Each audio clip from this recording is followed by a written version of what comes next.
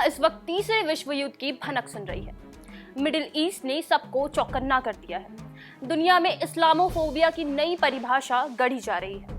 कोई आतंकवादी बता रहा है तो कोई हमदर्दी जता रहा है। जी हाँ, इजराइल हिजबुल्लाह वॉर कुछ इसी कगार पर आकर खड़ी हो गई है। हिजबुल्लाह चीफ हसन नसरुल्लाह को मारने के बाद इजराइल कह रहा है कि अब नसरुल्लाह दुनिया को नहीं डरा पाएगा।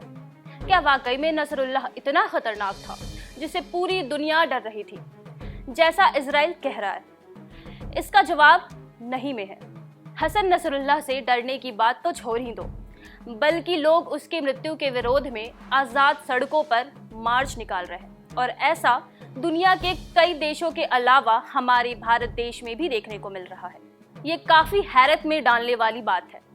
एक संगठन जो आधिकारिक तौर पर शिया इस्लामवादी राजनीतिक दल और आतंकवादी समूह, गौर से सुनिए, आतंकवादी समूह है, कोई उसके चीफ की मृत्यु पर दुनिया के सबसे बड़े लोकतंत्र भारत में विरोध मार्च कैसे निकाल सकता है? पर भारत प्रशासित जम्मू कश्मीर में ऐसा ही देखने को मिल रहा है।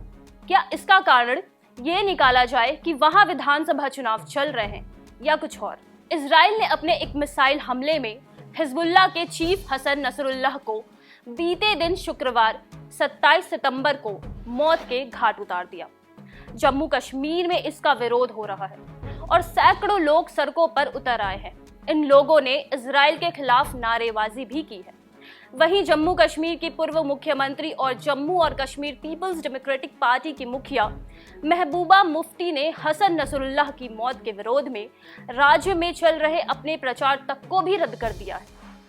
पीडीपी चीफ महबूबा मुफ्ती ने शनिवार 28 सितंबर को कहा कि वो 29 सितंबर यानी रविवार को होने वाला अपना राजनीतिक अभियान रद्द कर रही है, क्योंकि हिजबुल्लाह ने पुष्टि की है कि इजराइल ने उसके प्रमुख हसन नसरुल्लाह को मार दिया है। जम्मू कश्मीर के पूर्व मुख्यमंत्री ने सोशल मीडिया प्लेटफॉर्म एक्स पर यह घोषणा करते हुए दावा किया है कि वो लबनानी और फिलिस्तीनी नागरिकों के साथ एकजुटता में खड़ी है। उन्होंने एक्स पर पोस्ट करते हुए लिखा, लेबनान और गाजा के शहीदों, खास तौर पर हसन नसरुल्लाह के साथ एकजुटता दिखाने के लिए मैं 29 सितंबर का अभियान रद्द कर रही हूँ। हम इस दुख और अनुकरणीय प्रतिरोध की घड़ी में फिलिस्तीन और लेबनान के साथ लोगों के साथ खड़े हैं। न्यूज एजेंसी ANI के मुताबिक हिजबुल्लाह प्रमुख हसन नसरुल्लाह की मौत के बाद जम्मू कश्मीर में विरोध मार्च निकाला गया है।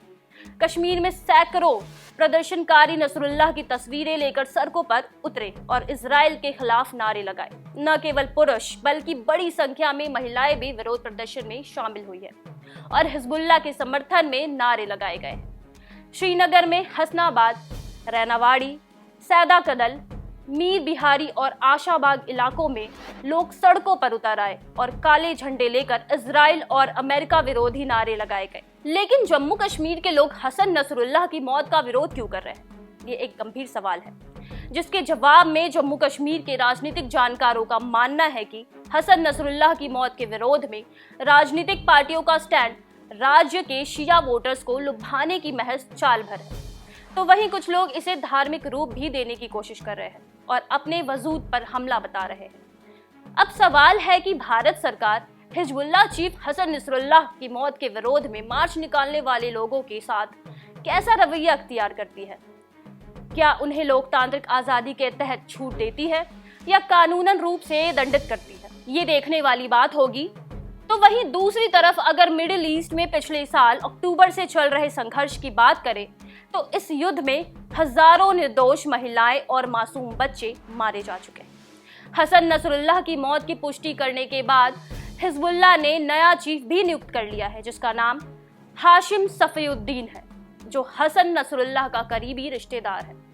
मिडिल ईस्ट में संघर्ष लगातार जारी है और इस जंग में इजराइल जीत के करीब जा खड़ा हुआ है। फिलहाल अभी के लिए इतना ही। मेरा नाम रिया है। आपके लिए जानकारी इकट्ठा कर रहे थे हमारे सहयोगी खुशनूर। देखते रहिए पंजाब केसरी टीवी। हमसे जुड़े रहने के लिए हमारे YouTube चैनल को सब्सक्राइब करें और नई वीडियो की नोटिफिकेशन के लिए बेल आइकॉन को दबाएं।